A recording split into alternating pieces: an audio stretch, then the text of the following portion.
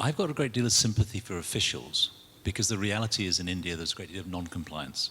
So if an officer doesn't inspect, something may go wrong. There might be a health and safety issue, and the culture is when something goes wrong, there is an impact on the officer personally. And one of the impacts of the 2G scandal was that people stopped clearing files because they did not want to take responsibility. So in my own business, I have cases where officials are just not giving a clearance because they don't want to stick their neck out in the way which they might have done 5 years ago when they had the confidence to do it. So how do you create a system in which officers feel confident that they can make a decision, they can make a decision not to inspect, and that there is no consequence on them personally later if it comes across that the applicant actually was doing something incorrect? I think we need better policy and lesser discretion at the official level. The choice of discretion, gives rise to suspicion because the ministers can force you to do certain things, and it happened in all the scandal, in some of the scandal at least. And we need a less activist Supreme Court. That period of time, the Supreme Court was very, very activist. Now I think the level of activism has come down. We need a much more mature media, which tends to exaggerate things that happen and put pressure, right? So I think, it's like a death throes of a snake. It flashes down all over till it settles down again. So I think today we are much better off because the coal auctions have shown that you can deal with natural resources in a very nice manner, very transparent manner. The spectrum auctions have shown that, and government now says we're going to have a better process and better policy for doing all this so that, bureaucrats don't get it. And I think it went overboard in trying to attack people who were honest people, who to exercise the discretion for the good of all. So I think it's an aberration. It's an aberration. Hopefully it will come back to normal sigma from, from the edges. And I think we are seeing trends of that. Yes, it's a very sad episode in the history. May I just add one comment on that? Because I think it's a really interesting point. And we've got some, I think, very good example in the UK of moving our regulators and inspectors, not all of them, but moving several of them from a very, frankly, bureaucratic process of, we inspect every year or every 6 months and we inspect everybody, to a risk-based system. Absolutely. Where you use intelligence and information and self-declarations as the basis for deciding who you're going to inspect. And with the extraordinary capabilities now of big data and data analytics, the sort of thing we were hearing about yesterday, for instance, from Mu Sigma, it's going to be possible, I think, very quickly to drive that sort of risk-based inspection process from the data. We'll call it the Mohandas Pai data-driven, risk-driven system. And that means, again, that you protect the individual officer who is sent to inspect on the basis of the best possible intelligence and risk analysis rather than his own individual discretion. And I think that's a much better strategic way forward to deal with this problem. Yeah, I totally agree. In fact, just to add to this, Patricia and Dr. Pai, we have had this discussion about when we were discussing the TARC, Tax Administrative Reforms Commission report. So things are moving into the risk-based inspection, and that's something which is a very welcome development. In fact, just to talk about customs, I think if my figures are not wrong, so we are having more than 70% of facilitation through the risk-based systems as of now. Dwell time has reduced significantly, so things are moving in that direction. But yes, to take structural changes, to make structural changes on ground, I think it will take some time. So we can pick up last question if there is any. Yeah, please. Daniel Eriksson of Hill & Associates.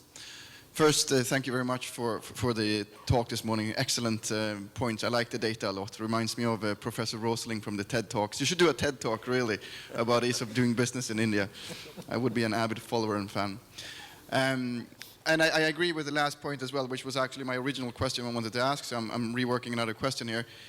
Using objective data will reduce the risk for corruption and will give a baseline to do further investigations, whatever it might be, tax in this case, but all over the government. But for the sake of spicing up the discussion and being the last person to ask a question, I will put on a different hat and be a devil's advocate, because I assume that all of us in here agree that red carpet is better than red tape.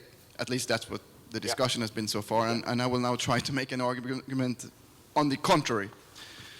So India is growing at 8% year on year, and this was something similar to what we saw in the Industrial Revolution in Europe. And what happened there? Well, things like environment, labor rights, issues that didn't exist then but exist today, privacy, net neutrality, we spoke briefly about yesterday. Isn't there a risk that in this focus, over-focus on development and the just cause of bringing people out of poverty, which is the result of development, that we forget about these peripheral topics which the red tape is there to protect, such as environment, such as privacy, net neutrality, and related topics? Thank you. No, I totally agree with you, but the only thing I can say in defense is, you know, the world has gone through this, and if you're wise, we'll not repeat the same mistake, we'll be much better. On the environment, I think the Prime Minister is going to commit in Paris that we're going to bring our carbon discharge down. And we have a very large solar program to bring down to decarbonize India, like somebody said yesterday, to decarbonize India substantially. And it's happening because Delhi has become very polluted. So political leaders are here, the lifespan is going to come down, so they're going to act. But Delhi is very polluted, okay? So in their own interest, they're going to act. There's nothing like self-interest. So they're all very concerned about themselves, and diplomats are moving their children out too. I heard many of them, they're my friends. So I think it's going to happen here. And environment is a real concern. We have many NGOs, we are all very concerned because we don't want foul water, we don't want foul air, and we want to live long. Okay, so I think it's happening, may not be the same. So there are enough safeguards. I agree with you that you must not cut the red tapes, it becomes a free for all. And as far as labor rights are concerned, yes, we have to protect labor, but you know, first we have to generate employment too. So there's an uneasy balance, and I think, you know, it is tilted in favor of industry right now compared to maybe 3-4 years ago, but we have to find a balance. I totally agree with you. We shouldn't trample on people's rights because we have to create a good society. So I think it's a process of learning, but we can learn from you because we don't want to repeat those mistakes. And we know the consequences of this mistake. And remember, we are such a peculiar democracy, they have to go back to the people every 5 years. And if you do something wrong, you're not going to come back to power. So democracy is self-healing, especially now, and it's a fantastic way, right? We get our rights protected. Yeah, I think what we are really talking about, we are really talking about not that area, that extreme of red tape. We're talking about the genuine issues. So again, picking up on the environment. His point is, don't, because you want to do it with red tape, don't remove the protection that's what I'm saying. that you have. You know, that's what I'm saying. That, you know, like on the environmental issues, I don't think anyone is objecting to having a green tribunal. There is, I think, a full support. I haven't heard any voice saying we shouldn't have green tribunal.